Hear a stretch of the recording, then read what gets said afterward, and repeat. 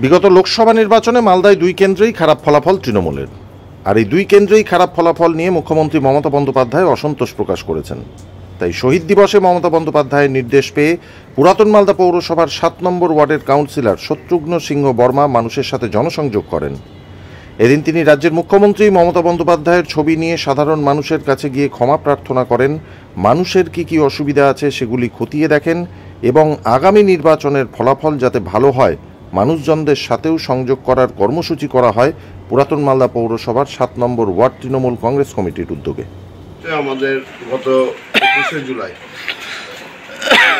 এই বছরও শহীদ স্মরণের যে দিবস পালন করা হয়, সেদিন আমাদের সর্বোচ্চ নেত্রী বাংলার মুখ্যমন্ত্রী মানবিক মুখ মমতা বন্দ্যোপাধ্যায়ের নির্দেশে আজকে সারা পশ্চিমবাংলাতে যে ৪২টা সিট, সেই সিটের মধ্যে যারা জয়লাভ করেছে তাদের উদ্দেশ্যও দিয়েছেন বার্তা। যেমন আমরা যে এলাকাতে বসবাস করি, আমাদের উত্তর মালদা লোকসভা কেন্দ্রের সেই এলাকাতে পরাজয় স্বীকার করার জন্য আমরা মানুষের দ্বারে দ্বারে পৌঁছালাম, মানুষের কাছে ক্ষমা প্রার্থী হলাম, মানুষকে বোঝানোর চেষ্টা করলাম যে যদি কোনো উন্নয়নমূলক কাজ থেকে এলাকার মানুষ বঞ্চিত থাকে আমাকে এবং আমার ওয়ার্ডের সমস্ত কর্মীকে জানাবেন।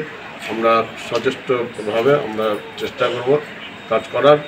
আপনারা জানেন যে গতকাল একটা যে বাজেট হয়েছে ভারতবর্ষের কেন্দ্রীয় সরকার বিজেপির দ্বারা, সেই বাজেটও বাংলাকে বঞ্চিত করেছে। আমরা তারও ধিক্কার জানাই। বলছি যে মানুষের সঙ্গে তো কথা বললেন, তো আপনাদের ভরাডুবির মূলত কী কারণ বুঝতে পারছেন? আমরা মূলত কাজের নিরিখে, এখানে উন্নয়নের নিরিখে ভোটটা হয়নি। আপনারা সকলে জানেন যে একটা মেরুকরণের রাজনীতির ভিত্তিতে ভোটটা হয়েছে। আমরা সেই ভোটে আমরা পরাজয় স্বীকার করেছি। আমরা সেটাকে শুদ্ধিকরণ করার চেষ্টা করছি। আমাদের উন্নয়ন ছিল, আছে, থাকবে। আমাদের দল, আমাদের নেত্রী উন্নয়নের কথা বলে। ব্যুরো রিপোর্ট, সংবাদ বাংলা টিভি।